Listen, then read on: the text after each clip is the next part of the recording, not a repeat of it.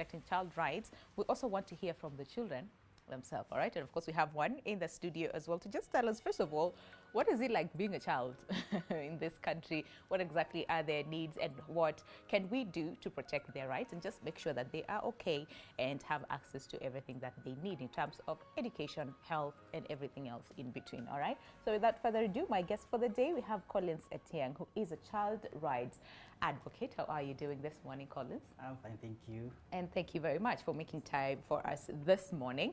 And we also have Omar Hamed Gombo, who's a child journalist. I like that, all right? And as well as a young child's rights advocate. Young child's rights advocate. Yes. Yeah, the S's are too many. Yes, I have a lot of titles. A lot of titles at such a young age. Yeah. How are you doing this morning? I'm doing amazing. Thank you so Yeah. much for having us. And thank you, really, for coming by today. I'm just going to start with you. What is it like being a child in this country? Being a child in this country, Yes. it's quite challenging.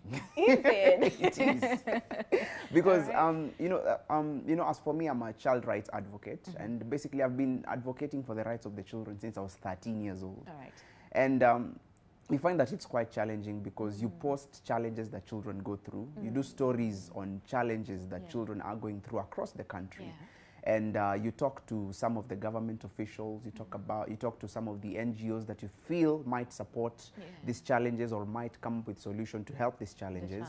Yeah. But you find that they don't help. And you find that in turn, children just keep suffering on and on. That's true. I mean, I'm sure if you go back to my high school, you can, people can attest that I used to complain a lot. Okay. You were that student. I was that student that they used to mention. Like, Okay. because I mean, there's, and I used to have a friend who used to actually do this together. I mean, for a school schedule, for example, for a child's, for a school schedule, like a timetable, I don't get the use of having a timetable for a child to follow from morning to evening, and there was not even a child say in creation of that timetable or creation of that schedule. Yeah. You tell the child to eat for 10 minutes. I mean, the child was not even there to tell you the experience of actually eating for just that 10 minutes. Yes.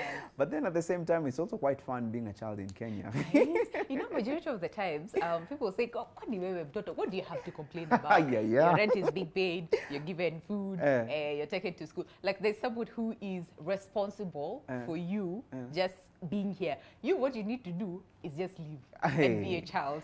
But at the same time, I mean that whatever mom says, whatever the teacher says, whatever what the goes. Government says, whatever whoever else says, that is what a child needs to follow. Yeah. But what about them? What about The what is children. it that they need? What is Yes. it, you know, that they can contribute to us saying, listen, I get what you're saying, but we This can is do it what- this other way, Yeah, right? because we don't get to see, we don't get to get this from the child's perspective. Yeah. Basically, child participation itself. And I want to congratulate the New Children's Act, which has a Yes. section. It's been a Yeah, long it's- time coming. We've really waited. We've really Finally have waited. it extended, Finally, yes, the we formal have a section on child participation, and I actually want to congratulate that. So, I mean, if children are going through, and we go through a lot of challenges, we do go through a lot of challenges. We'll look into the challenges. We'll look into them in just a Yeah, moment. yeah. You know, right now, and of course, you're also here to just help us really understand and paint that picture for us. Yeah. Because, like I said earlier on, the perception is you're a child, just be a child. Yes. Wachia is vitu zingine Ache- decision making. Wacha to the hizo adults, tuachie hizo. but sometimes it's not good good for the children. All right, and of course, Connie is just listening to what Omar is saying, that being a child in this country is challenging. Nobody involves us in anything. You know, you just expect us to leave, and we're not okay with children in this case. You know, they're not okay with some of these things that are being sort of like imposed on them, but then they have no choice but just to follow those things. I mean, what do you make of that? Thank you very much, Winnie, for the opportunity to discuss this subject. You know, we are in a country, we are in Africa, first of all, and you know, a country like Kenya, for the longest time we've considered, you know, that children should not be heard; they should just be seen. Yeah. And I think one of the things that people like me are doing is to ensure that we give children an opportunity to speak for themselves, for them to be heard, for them to be able to express their feelings, and just to be part of the conversation and to be part of decision making. Because, you know, years are changing, and a lot is happening. And if we don't involve children in things affecting them, then we are going to have a very dangerous generation in future. We are going to have a generation that doesn't really that is not really concerned about what's happening around them, yeah. because they feel like they have been excluded in decision making. And you know, you'll see that even at home when you're growing up, when you see something that you've not been involved, you feel like, you know, that is not mine, that is theirs. Yeah. But or when you sort of like detach yourself yes, from you from detach that, yourself from it. But if when you make a decision, when you are part of a decision, it becomes easy for you to, you know, to accept it, to be part of it. You feel okay with it. You feel like, you know, these people have appreciated you, the fact that they have involved you in a decision. So it becomes very difficult even for a child to break a rule that, you know, they participated in making. Yeah, you realize that from that homestead level at home. Okay. Yeah. Can we just do like a comparison? Because again, some might argue and say, most of us when we were growing up, there was no room for discussion. You know, it was whatever the parent says, whatever the teacher says, whatever the religious leader says, that's it. You know, there's no room for negotiation. Like, you're a child, you know? And some might say, but we turned out okay. And then there's another school of thought that would say, a child does not know what exactly they want because they're children. They're still growing. So they don't really know what they want, and their interests might actually change as they grow up. What do you make of this? Well, of this too? Omar, I'm also gonna get. Yes, I really want to answer that. Do you want to go first and then we come Yeah, back to yeah. Paul? I mean, Okay, go ahead. let me say this. During your time, okay, not your time. No, but yeah, I get that. Yes. Yeah, during your time, you guys never used to speak. Let me give an example of mental health. Yeah. Mental health wasn't something that was quite major during maybe those 1900s, yani uko 1997. Wow. This child has this and In that's short, like, the millennials, when they were growing up, they never used to talk about mental health. And the reason as to why Collins is saying that we do need child participation right now is because this is something that has become quite major with the, let me say, Gen Z, or the Gen Z. I mean, this is something that has become quite major. So we actually need to get the views from children, because this is something that we need to talk about now so that it doesn't affect them in future. I usually say that if we control the children, or if we empower the children, then our future leaders, our future astronauts, our future presidents are the best. So you see, that's a good example, like mental health. You guys never used to talk about it. So right now, we actually do need to involve the children, because they're actually going through it, and we need to say that it's actually there and it is affecting us. Do you feel like children now are more outspoken as compared to back then when we were growing up? You know, like they know what they, I mean, speak to like a 2-year-old, a 3-year-old, a 5-year-old, they know exactly what they want. If they're not okay with something, they'll tell you no.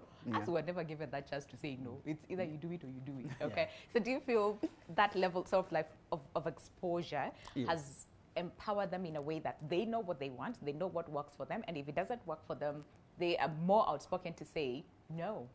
Yes, you know, Winnie, child participation is a modern problem. All right. And you it's know, a modern problem. Yes, okay. it's a modern problem, and right. it requires modern solutions. Sure. You cannot say that, you know, because, you know, these children, you know, you cannot say that you don't want to involve children because they don't know what they want. Yeah.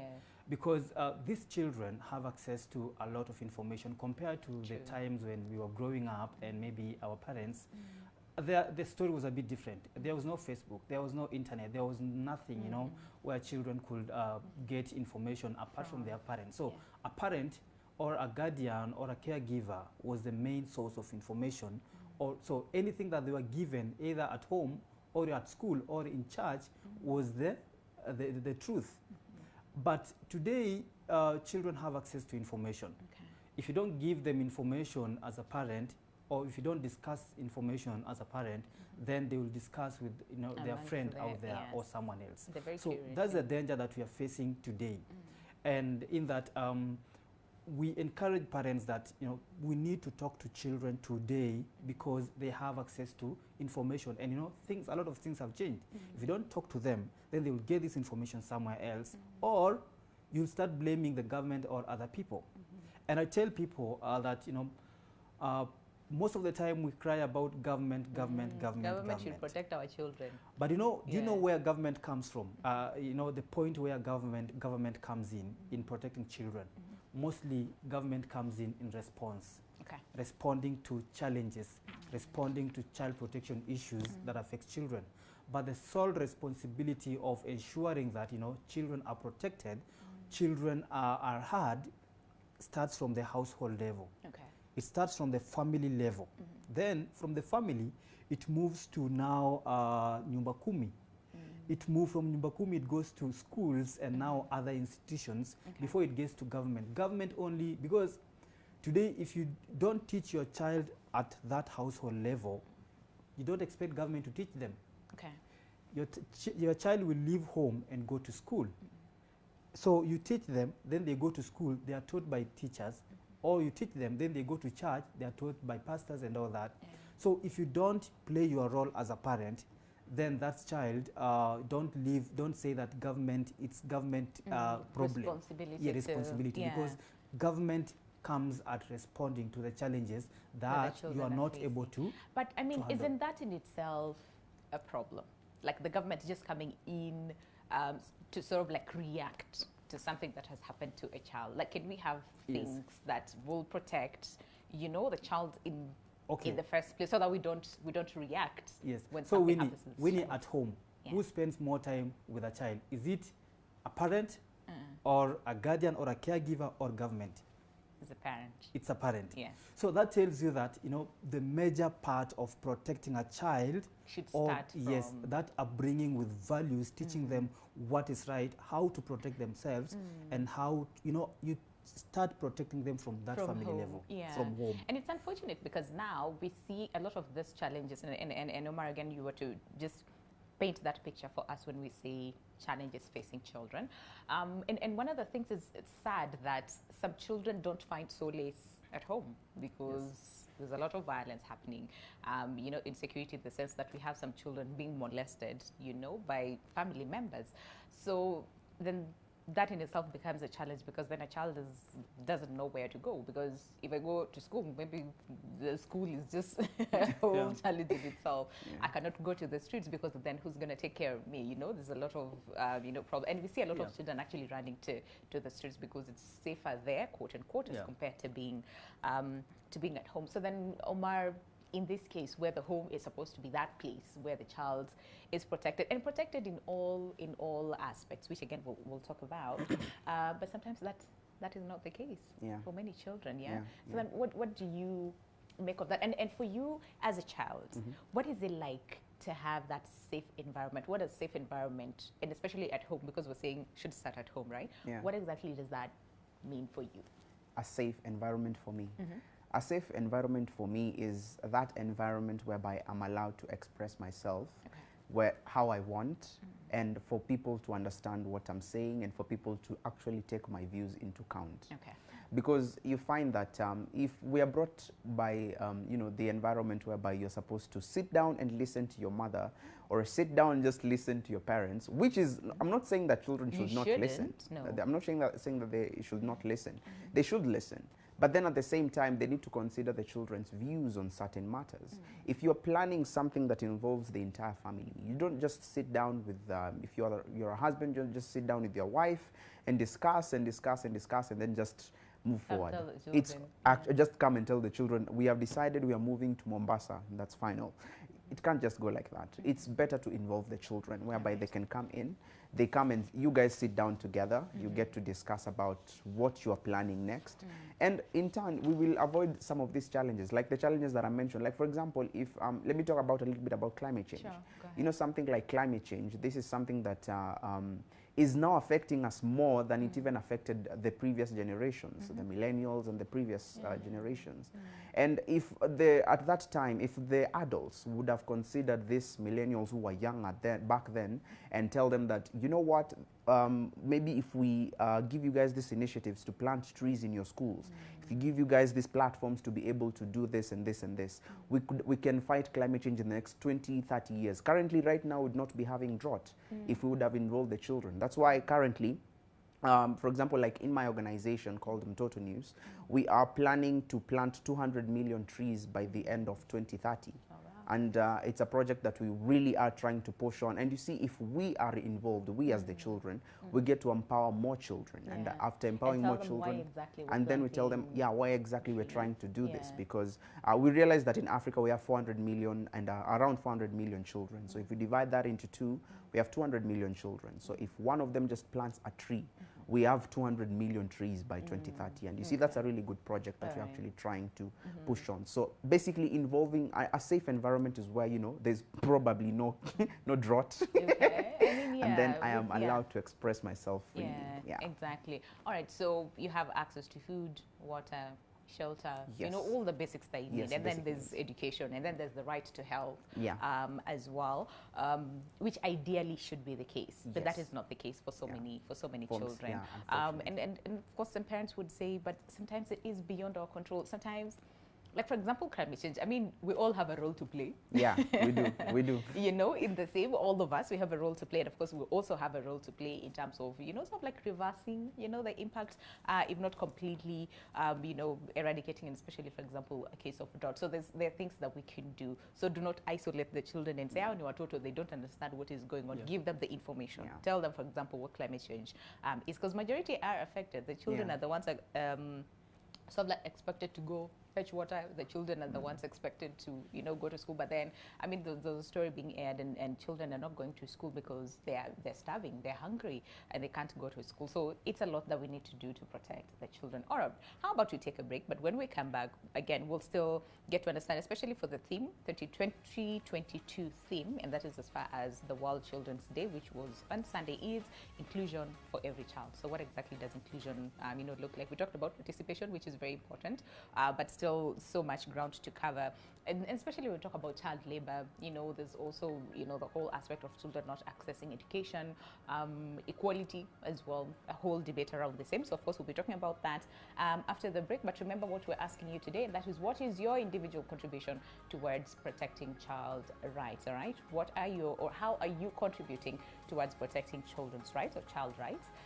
Again, we'll be reading your feedback when we come back from the break. But even before we go on a break, we need to also remind you about an important event that you know, will be happening on the 26th of November, and that is as far as Man Cave is concerned. All right, we talked about, Omar mentioned something to do with mental health. Okay, it is important for us to talk about this, but of course, again, what is it like being a man, okay, in this country? What are some of the challenges that the men go through?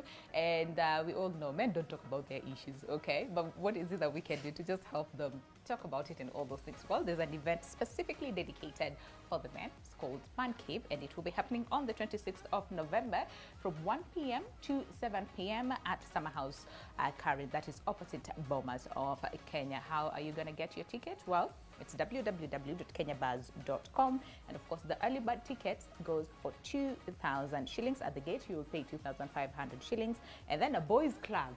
This sounds fun. All right, so the boys club, this is a group of 5. For the early bird, you can you buy it at 7,000 shillings for 5, and then at the gate you will pay 10,000 shillings. But that is not important. The important thing is for you to get to Man Cave, and of course men, all right, specifically dedicated to the men, not the female.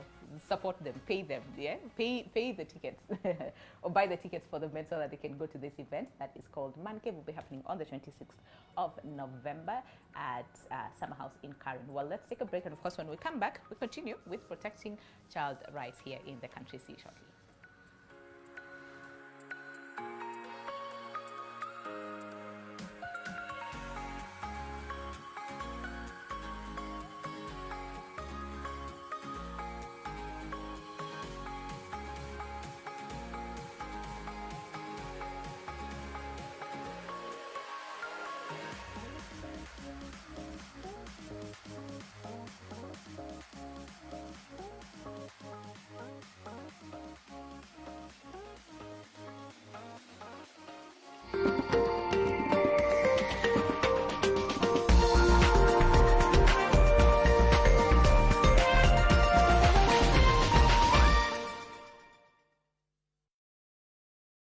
enjoy early Christmas offers at Longonot View Gardens, a prime property by Soil Merchants overlooking Mount Longonot along the Maimahiu Naivasha Road. These are 1/8 acre plots selling from 185,000 Kenya shillings. The plot's proximity to major infrastructural developments makes it one of the fastest growing and most sought after areas in Kenya. Water and electricity are available with schools and health facilities nearby. Join us on our open day on 26th November 2022. Call us on 0790 771677 or SMS LAND to 21595 for more info. Soil Merchants. Buy today. Build today. A decade or so ago, Sergio Busquets and Jordi Alba were the young players in the Spain squad. Today, Busquets and Alba are the veterans leading their experienced peers and emerging young stars into the World Cup. It is 2012 meets 2022 as Spain's past, present and future come together. Did you know you can open a family bank account without having to visit a branch? Simply download Pesapap app from Google Play Store or Apple Store to enjoy freedom and convenience. All you need is your ID card, KRA PIN, and camera phone. Want to know the biggest story of the week? Do not worry. The Weekly Review has got you covered for in-depth analysis of politics, business, governance, as well as social issues. The Weekly Review covers it all. For well-researched, exclusive and investigative content, read the Weekly Review every Sunday on Nation e-paper and on www.nation.africa, free of charge. I know that you're hiding something from me, Carlos. And you better pray that I don't find out what that is. Because the very minute that I find out that you're lying to me again, I will take everything away from you. He and Bianca are now engaged. Well, that is interesting. Wow, it's about time. I'm so happy for them. I'll finally get to marry the man who I really love the most. Do you know what I'm holding right now? What is it? I just purchased a gun earlier. What? What for? Where are you gonna use that? Forever, my love. New Sensodyne Repair and Protect with Deep Repair. It's a huge game changer for me. The science is pretty amazing because it really goes deep inside the tooth and repairs tooth sensitivity. It's going to improve the quality of my life in a big way.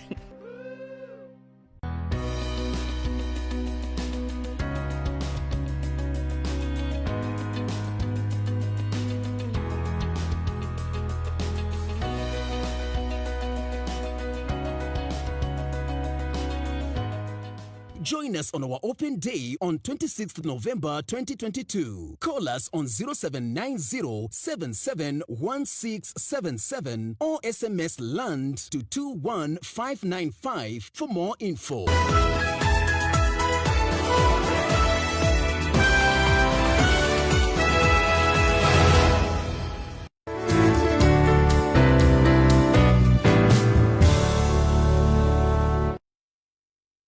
We know your flavor, and that's how you inspire us to always deliver the best quality meals made fresh with locally sourced ingredients. Galitos, bold African flavor. Get the Galitos Hot Box and a 500 ml Coke soda at just $6.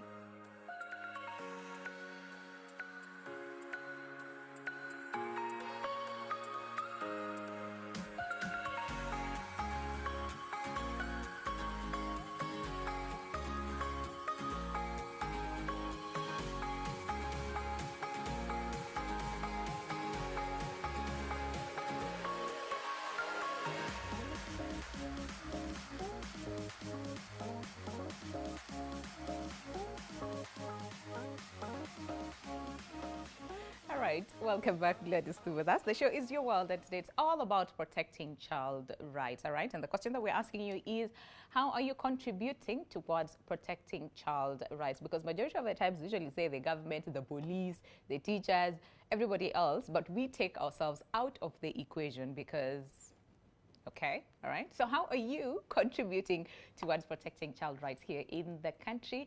Again, interact with us on our social media platforms at NTV Kenya, at Lubembe_Winnie, that is on Twitter, and on Facebook at NTV Kenya. And one Brian Onduso says, when it comes to children's rights, we are one team. Okay, right. And then Rotich Aaron says, ensuring all children in my village go to school. That's a good thing. That's a good thing, all right? Access to education, that is one of the, rights, as far as the children are concerned. But of course, again, we just want to know, how are you contributing, all right? Rotich says, yeah, and ensure everybody or all the children in his village go to school. That is a good thing. But of course, before we continue with the show, just a quick reminder about Man Cave. And remember, like we said, Man Cave, this is an event specifically dedicated to all the men, all right? And of course, you can see some of the guests who will be there. You don't want to miss. We'll be having Nameless, Simon Baby, we have Omanyala, we have Robert Burale, and of course, we have Dr. Edward Mungai who will be there. And remember, the venue is at Summer House Karen, opposite Bomas of Kenya. The tickets, you want to grab the early bird tickets because they go for 2,000 shillings. This is per person. And at the gate, you will pay 2,500 shillings. But here's the thing, the Boys Club, all right? Sounds really, really fun when we mention the Boys Club. So Boys Club is a group of 5 men, and you will pay 7,000 shillings. Remember, this is the early bird ticket, okay? And then at the gate, you will pay 10,000 shillings. This is a group of 5. So mshikane, wanaume watano. And make sure that you attend the Man Cave event. But again, for the ladies, you're asking, how can we contribute towards the same? Again, pay. I mean, just get the tickets for your man, for your brother, for your cousin, for your friend, for any male figure, okay? And have them at the Man Cave, which will be happening at the 26th of November at Summer House. This will be happening in Karen, an event that you do not want to miss. But equally, let's continue with the conversation about a very important subject as well, and that is protecting child rights. And like I said, today we want to approach it differently. Most of the time when we talk about children's rights and what we can do to uphold the same and protect them, we just talk amongst ourselves as adults. But we have a child, 17-year-old Omar Ahmed Gombo, who's a child journalist as well as a young child's rights advocate, okay, in studio here to just really help us understand what exactly is it that the children need. And one of the things that you said, Omar, earlier on is you want to be listened to, all right? You want to be included in decision making. You want to be at the table so that, help people really understand what it is like, being a child here in the country and what the children need. And there's so many facets, like we said. As far as challenges, inequality, we have cases of children not having access to school, to healthcare. The drought is here. So many children are dying from starvation. We also have family members supposed to protect their children. They're the ones who are, molesting those children, and to just even think about it. So then what are some of the challenges that you as a child have encountered towards finding your space at the table? One of the things that we talked about earlier on is the parents or the people involved, in adults in this case, are like, child, leave all the decision making to us. But aside from that, what are some of the other challenges that you have? Just trying to get your voice heard, number one, and also getting your space at the table. I think the major challenge that we face, mostly as child advocates and as we're trying to get our rights heard, is adultism. Yeah, yes. It's adultism. Yes. Because you find that when we are trying to, actually, let me even give a really good example of our Kenya Children Assembly. The Kenya Children Assembly was formed by the government as a project to allow the children to, demonstrate their democratic right and choose their leaders in sub-county level, county level, and countrywide, right? You find that when it started, it was a really good initiative. It was a really good thing. I mean, children are voting, choosing their member of county assemblies. They're choosing even the sergeant at arms. They're choosing leaders. Really, but currently, when you look at the Kenya Children Assembly right now, it is not even functioning. What they usually do is they gather the children during the election time. The children vote, and after voting, that's it.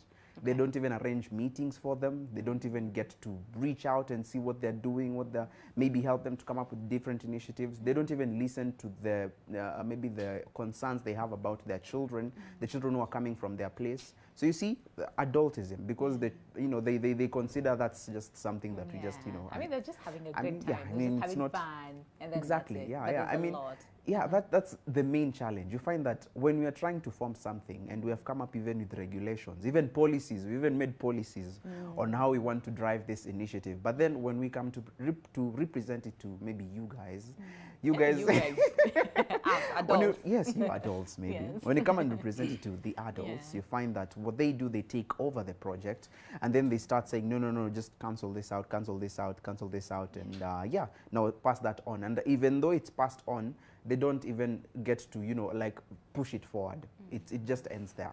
See?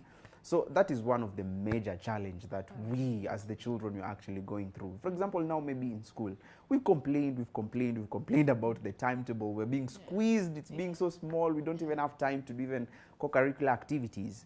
When we sit down and discuss with maybe the teachers, maybe if we get the opportunity to discuss with the teachers, we discuss, and after discussing, they don't even hear us.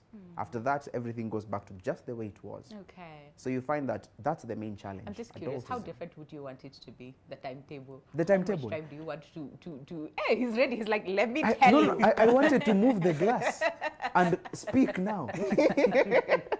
How do you want it? This is what, I mean, in our school, personally, when I was in Form 1, there was a sports day, which was planned every Wednesday afternoon. And there was a clubs day, which was planned every Tuesday afternoon. And it was a really good program. But when after COVID hit, what happened? Everything changed. Everything changed. There was even no time for clubs. There was no time for sports. There was even no times for that morning routine whereby you guys just come and learn, because when you reach in class at 6, the teacher is already there, even wondering. But everything changed. I mean, you remember the school calendar? Yeah, you know, I mean, everything was just so squeezed, and we had to rush, and you know. It does, but you know, at the same time, crazy. you also have to consider that children, they don't only need the, you know, just learning. I mean, learning is good. It's good to learn because we do get to know a lot of things in school. It's absolutely, important. it's really important. But then at the same time, if you cancel the co-curricular activities, which are really important in the psychological being of the child, canceling clubs, which are some of the fun things that we actually look up to go to school. You're like, today I'm going to school. I'm going to meet up with my club members of the journalism club, and you're going to discuss 1, 2, 3, 4. You see, that's something that's actually making school worthwhile. Fun. So, I mean, these are some of the things that when they were cancelled, we as the children were really sad. And I understood that maybe, you know, COVID hit, and then maybe we have to squeeze time. I understand that. But at the same time, we were doing exams. We're going to go back to the normal school calendar next year. Yeah, so I really thank God. I really thank God. All those things will come back. Yes. Okay. But Collins, again, remember what we said earlier on in terms of, yes, it is our responsibility as adults. Because when we were growing up, there's that aspect of a communal sort of way of raising a child. But mtoto anania na misbehave, you have every right to, you know, to take action, discipline the child, but also make sure that the parent knows and all those things. We don't see that right now. So then the question is, how best can we, yes, involve the children, but also not forget that part, and that is taking part in making sure that we protect those children, making sure that we provide for them. You know, we might not have like 100% everything that you need, PS5 for example. I mean, and that aside, but just make sure that they have access to basics. You know, for example, food, you know, shelter, education, they have access to healthcare. Make sure that, you know, they are okay. They can voice out their issues and all those things. How best then can people support without feeling that you're sort of like crossing the boundary, you know, when it comes to someone's child? Well, thank you, Winnie. First of all, let me say, you know, one of the problems we have is, you know, if you look at our constitution, that is Article 53, that talks about the rights of the child. We realize that, you know, child protection has not been really heavily discussed about, or, you know, it's not heavily talked about. And, you know, some of those challenges that, you know, came from the constitution have been addressed by the Children's Act. That is the 2020 Children's Act. And you realize, if you look at the Children's Act, parental responsibility has a bigger, you know, a bigger chunk of it, takes a bigger chunk of it, because that is something that we forgot. But, you know, there is a danger here, you know, when we start, you know, legislating our responsibility, then we have a problem. It means as a society we've forgotten our mandate as you know, as parents, as caregivers. So we need to go back and relook where did the rain started beating us, so that we shape how we are going to raise up children. And you realize that most of the child protection issues that we face is as a result of failure in the family system. And when a family system fails, that's when you'll find children going to the streets, you'll find children engaging in child labor activities, and you also find that other forms of violence against children happening because we've failed at family level, we've failed as at that household level. Because, for example, if you look at things like female genital mutilation, which is violence against children, you realize that who are these people actually advocating for it? The people advocating for female genital mutilation are start with family. You find that a mother wants their girl to get cut, a father wants their girl to get cut. So that is the first failure that happens.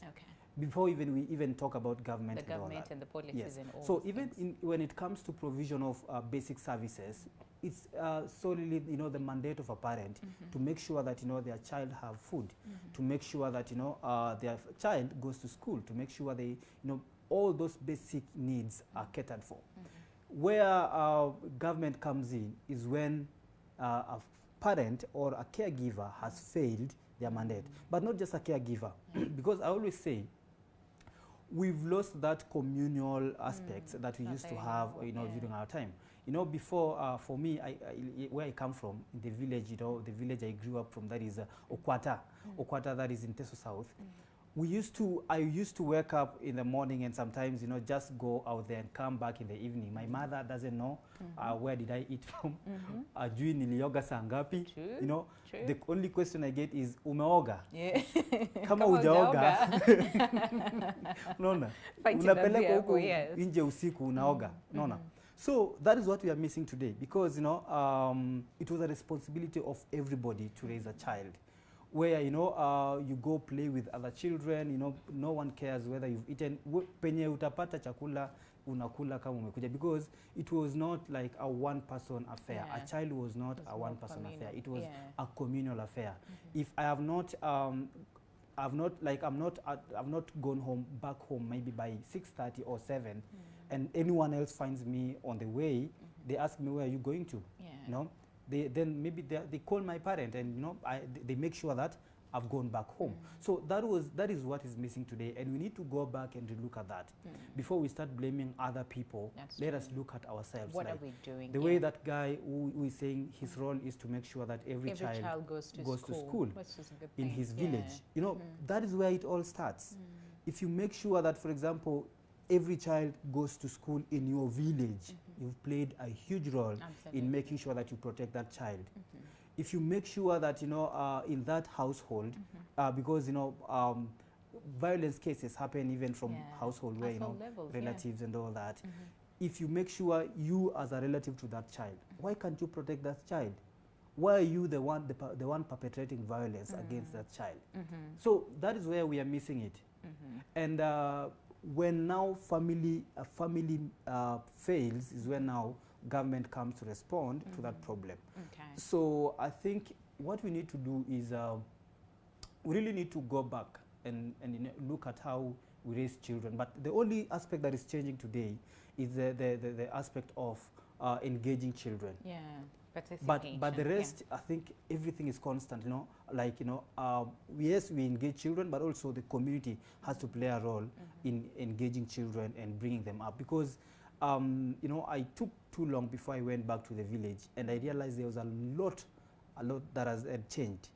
And because with social media, with the internet, how kids were behaving before, it's different now. I mean, they know their rights, and they will tell you outright, you're infringing on my rights, and me, I'm going to call the police. Yes.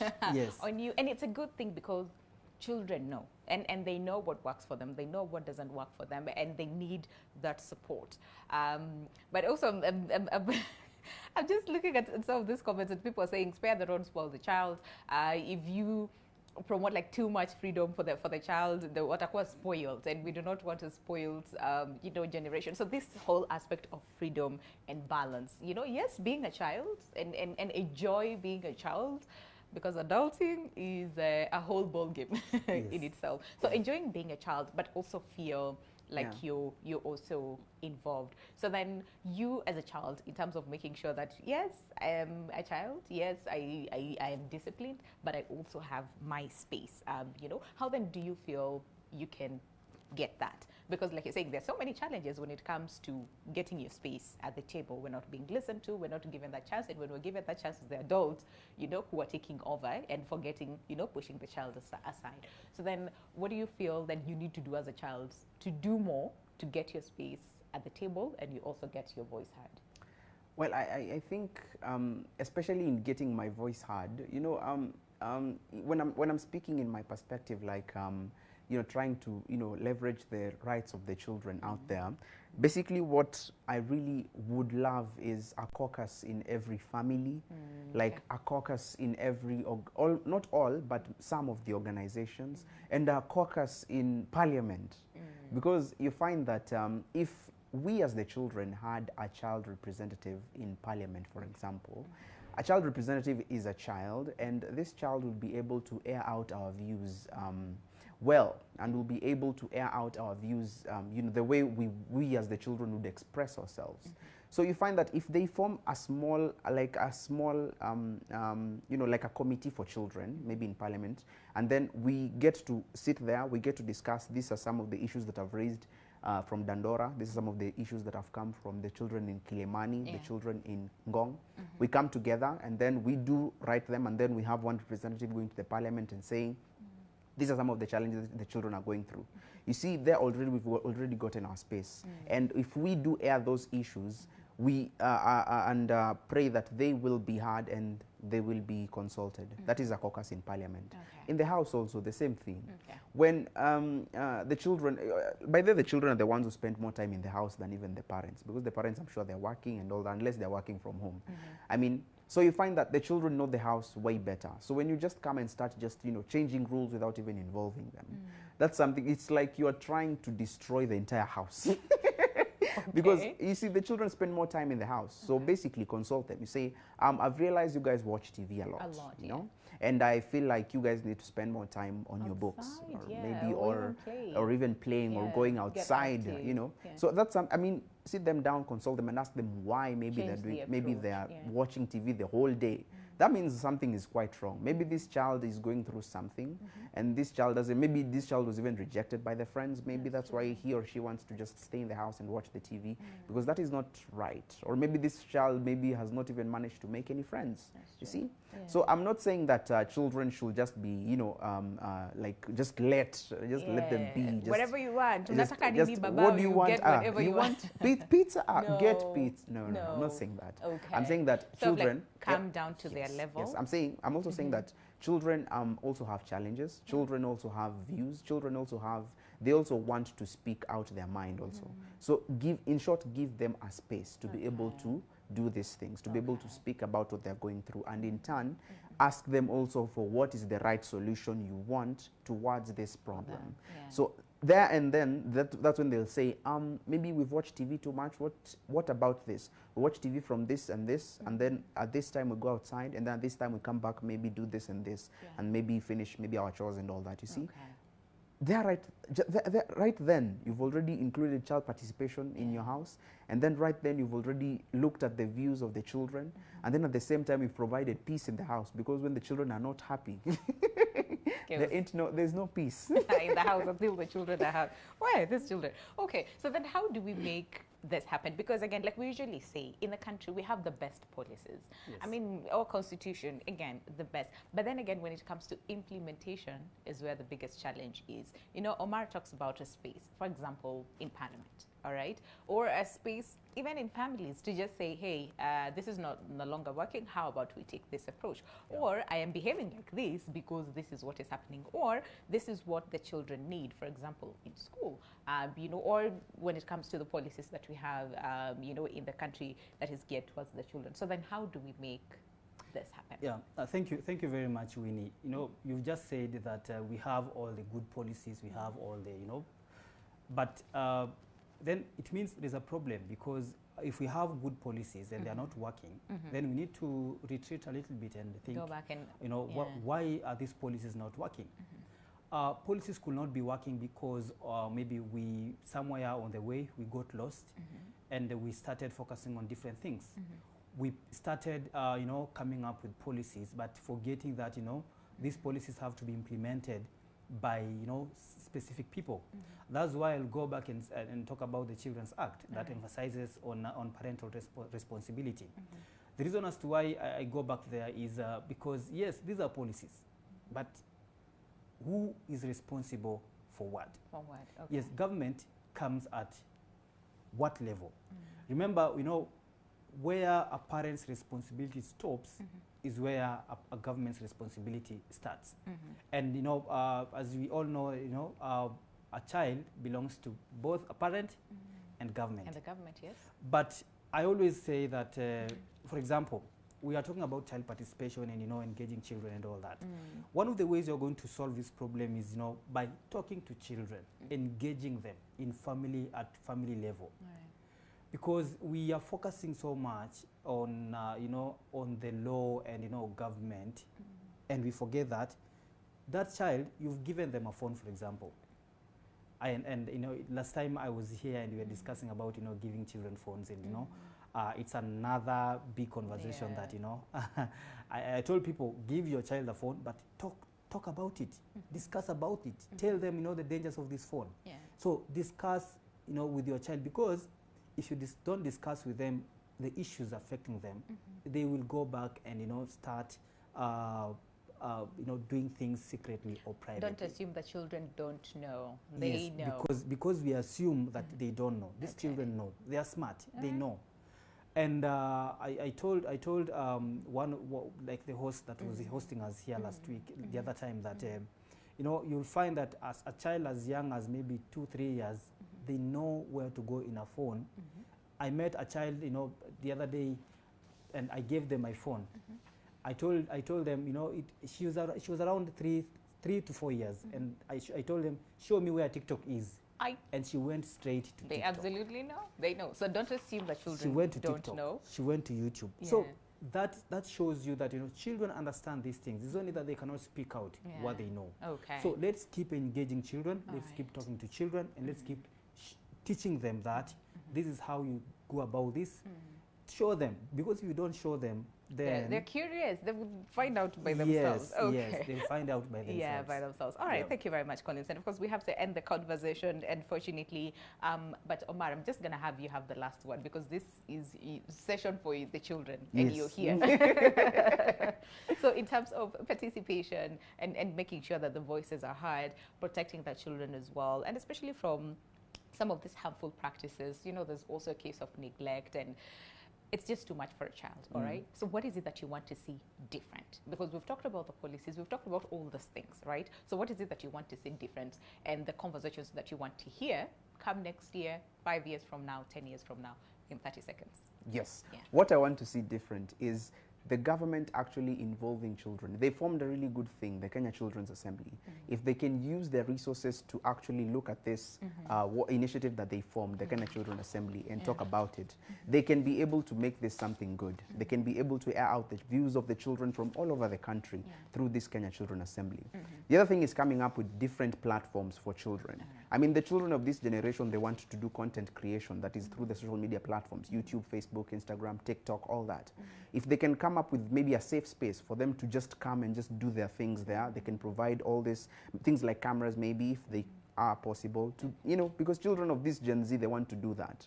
The other part of platform is coming up with organizations for children that actually represent the children, not an organization to represent the boy child or the girl child, to represent the children. I mean, we have many civil because organizations, but still one that is specifically that represent the child. For example, like now Mtoto News. Mtoto News does represent the child, not the girl child or the boy child. And we do air the views of the children from the child's perspective.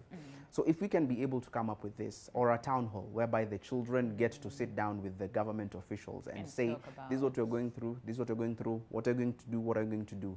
And in turn, when we focus about the children, then our future is bright. Absolutely. Thank you very much, Omar. Omar Ahmed Gombo, child journalist as well as young child's rights advocate, and Colin Setiang as well, child rights advocate. We say thank you. Thank you so much for both of you for coming. I mean, to both of you for coming by today, and very interesting conversation. The children just need to be heard. The children need to feel involved in all those things. So we try and make that possible. But a number of people are still saying, give children too much freedom. Down are the kind of children. But talk to them, all right? Maybe as you conclude, I was not speaking for government. Yes. What I'm only saying is the government has a responsibility, and the parent and the caregivers have a responsibility. Yes. We all have responsibility at household level, at community level, at everywhere. Okay. So let's play our responsibilities and make sure children are protected and children are safe. Absolutely. Yeah. And that is where we just end the show. So think about it. Think about the role that you can play in protecting the child rights. And of course, together, let's help protect our children from all these harmful practices and just make sure that, you know, they have access to the basic needs. All right. So we have to end it here. My name is Winnie Lubembe. And of course, on behalf of an amazing team who are behind it, put together the show, we say, God bless, stay safe, and think about what you can do to protect the child rights here in the country. I'll see you tomorrow morning, same time, same place, right here on Your World. But until then, stay safe and don't forget the Man Cave event, which will be happening on the 26th of November at Summer House in Karen. Tickets go for 2,000 shillings, that is early bird, but you'll pay 2,500 shillings at the gate. For the boys club, it is 7,000 shillings early bird, but 10,000 shillings at the gate. For the ladies, just buy the tickets for your men, all right? Could be a husband, could be a boyfriend, could be a fiancé, could be your brother, your cousin, everybody else, all right? Just make sure that they attend the event. Okay, so goodbye for now. Stay safe. See you tomorrow. And please.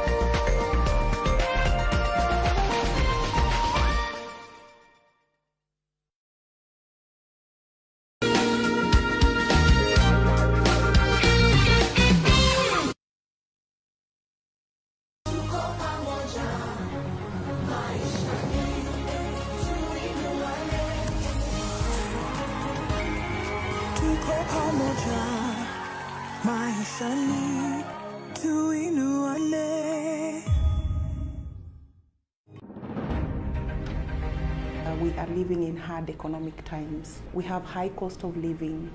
The prices of basic commodities have skyrocketed. Kenyans are barely surviving. If you think about the currency we use, 1,000 shillings is now 500 shillings. I don't know whether we are headed to a point where for people to understand money, we'll need to print a 5,000 currency note. On one hand, citizens want improved and better services. On the other hand, they don't want to pay more taxes, but they also don't want money borrowed. Centum Real Estate has completed and handed over 500 plus homes within the popular and rapidly expanding prime neighborhood of Ipingo. Our estates offer a unique, secure environment and a wide range of outdoor facilities. Good day, everybody. I want to talk to the gentleman. Yes, it's you. My name is Betty Kialo, and we are here at Summer House, Nairobi, in Karen, where all the action is going to be taking place on the 26th of November, 2022. I'm talking about great activities, good food, good vibes, all for our men, you know, our brothers, our uncles, our dads, our sons, everybody in our life who is a man. We're inviting you here at Summer House for the Man Cave, all by the Nation Media Group, Nation FM, and NTV. So come through here on the 26th of November. It's going to be a great time. And so make sure you get your tickets from Kenya Buzz at 2,500 peke yake. And you come here at Summer House Nairobi and chill out with your fellow men. It's going to be a great time. Kujeni wote.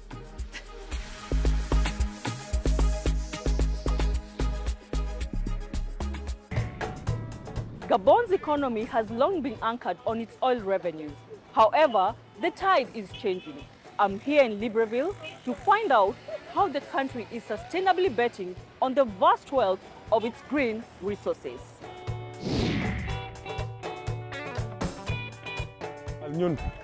I am just getting started in wrestling, and I am giving in my best to get the coveted crown of King of the Arenas.